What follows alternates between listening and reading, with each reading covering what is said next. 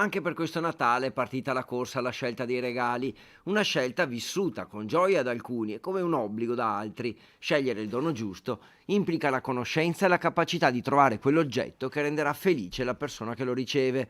Per scegliere il regalo giusto ci vuole empatia.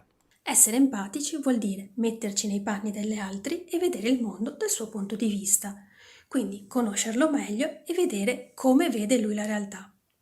In questo modo possiamo capire meglio cosa gli piace, possiamo capire meglio di cosa potrebbe aver bisogno e magari in quel momento non riuscirà a permettersi. Un regalo importante e costoso non sempre è quello giusto. Quante volte ci è capitato di spendere molto e non arrivare al cuore della persona?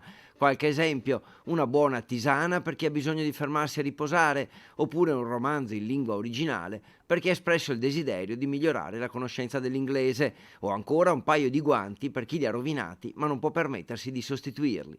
Possiamo comprendere meglio che cosa può essergli d'aiuto, di supporto, di stimolo nel crescere a livello personale, nel migliorarsi, diventare una persona sempre più completa e competente nello stare al mondo. Un regalo può essere in grado di attivare i neuroni specchio del nostro cervello. Quando vediamo qualcuno compiere un'azione, nel nostro cervello si attivano gli stessi neuroni che agiscono quando siamo noi a compiere quella stessa azione e che ci aiutano ad essere più empatici.